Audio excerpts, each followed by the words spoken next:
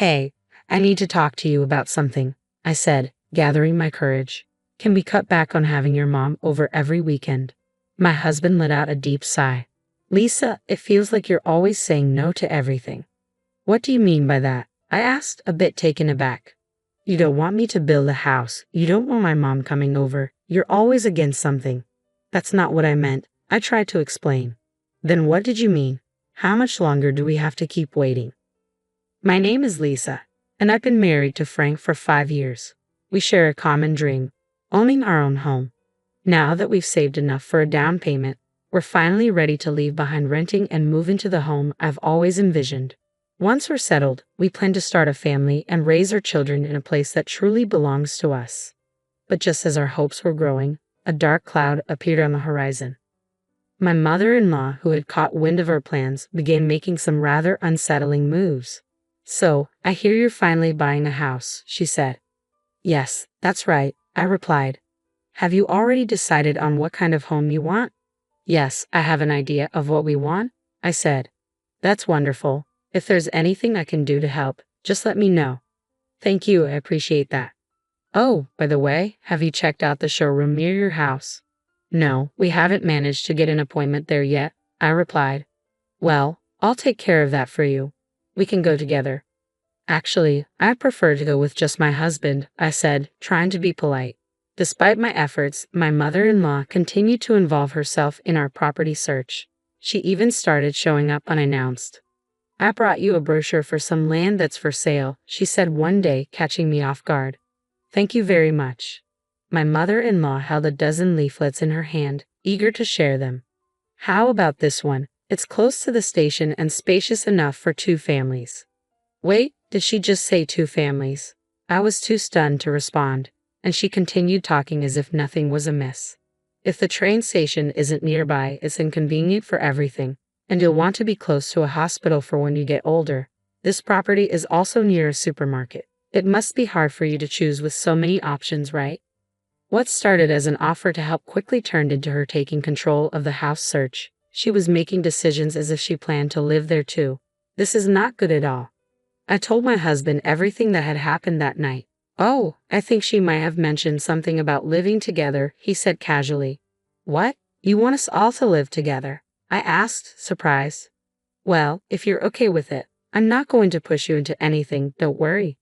I felt blindsided by his response. If I'm okay with it? No, I'm not.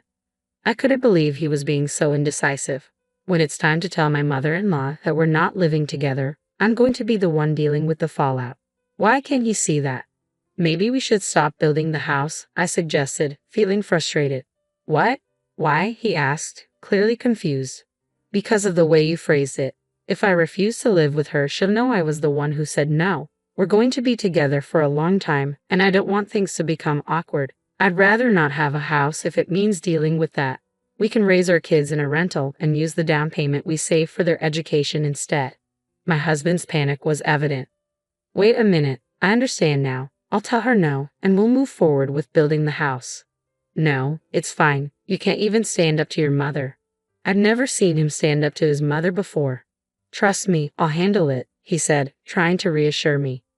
Why are you so desperate? He asked, sounding puzzled. I want to live in our own house and raise our children there, I replied. You didn't seem so enthusiastic about it before. That's not true. I was excited. It's hurtful to say otherwise. I feel just as strongly about our children. All right, I understand. My husband promised he would tell his mother no, but given his usual hesitation, I doubted he'd follow through. However, the day after our conversation, my mother-in-law stopped pressuring us and even called to apologize. Lisa, I got scolded by Frank. He told me he wants to live with you alone. I'm sorry for pushing my opinions on you, my mother-in-law said. I was surprised to hear that Frank had actually stood up to her. He could speak his mind when it mattered. Still, I couldn't shake a lingering suspicion. When I told my husband about the apology, he had a satisfied grin on his face. See? When I say I'll speak up, I mean it. What's with that look in your eyes? I asked, puzzled.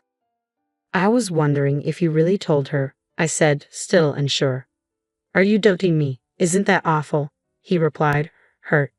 I haven't seen you stand up to your mother in 5 years, and you didn't do it in front of me. That's unfair. I tried so hard. You're right, I'm sorry. But you're sweating like crazy. What's going on? Oh, it's just hot. Isn't it a bit warm today? It's the middle of winter. By the way, let's finalize the house contract. You really want to build this house, don't you? Of course I do. That's what we've been saving for. At this point, I had lost interest in building the new house, the dream home I had worked so hard to save for. My enthusiasm had dwindled due to my mother-in-law's behavior and my husband's attitude, making me feel as if all my efforts had been in vain. I found myself stepping back from the idea. Meanwhile, my husband continued to insist on building the house. 6 months had passed since our dispute, and although he kept talking about it, I remained unconvinced. My mother-in-law, who had been quiet, was now growing impatient. She started visiting our house frequently. While she never mentioned the house, her attitude became increasingly arrogant. Both my husband and I work full-time, and we both have weekends off. Lately, my mother-in-law has been coming over to our house every weekend. I could manage if it were just once a month, but her frequent visits are making me uncomfortable. My husband seems to be quite pleased with the arrangement, but it's becoming a problem for me. I'd like to have some peace on Saturdays and Sundays, but she arrives at 7 in the morning and blasts the TV at an incredibly loud volume. If I try to stay in bed, she paces back and forth in front of my room. My husband is busy taking care of her, which should be enough. When I finally gave in and got up at 7:30, she remarked, "How can you sleep in with a guest over? She stays until late on Sunday night, and it's starting to wear me down." My husband remains silent about his mother's behavior, and whenever I think of him, the word divorce crosses my mind. However, I want to avoid that if at all possible. I needed to find a way to improve the situation. "Hey, I need you to stop having your mother over every weekend," I said, expressing my feelings directly. He let out a deep sigh. "Lisa, you always seem to be against everything." "What do you mean by that?" "You don't want to build a house, you don't want my mother visiting. You're against everything." "That's not how I meant it." "Then what did you mean? How long do we have to wait for?" "You just said we. What did you mean by that? Who else is waiting?" I asked, confused. "What do you mean?" "You said we just now," I clarified. My husband's face turned red and he began to sweat. "I didn't say that. Maybe I misheard. But we can't build a house if your mother keeps coming over every weekend like this." "Why not?" "Because I can't relax. If my parents came over every weekend, would you be able to rest?" "Your parents won't come. They have such a nice house." "I'm fed up with this nonsense," I said, frustrated. "That's not the issue here," he retorted. "I don't even care about the house anymore. I'm going to invite my parents to stay with us next week." My husband's voice rose. "Absolutely not." "Why not?" "Because it's too exhausting. Don't invite your parents. My mother is the only one who can visit. This is my house too. I'm the head of the house. If you can't follow my rules, then leave."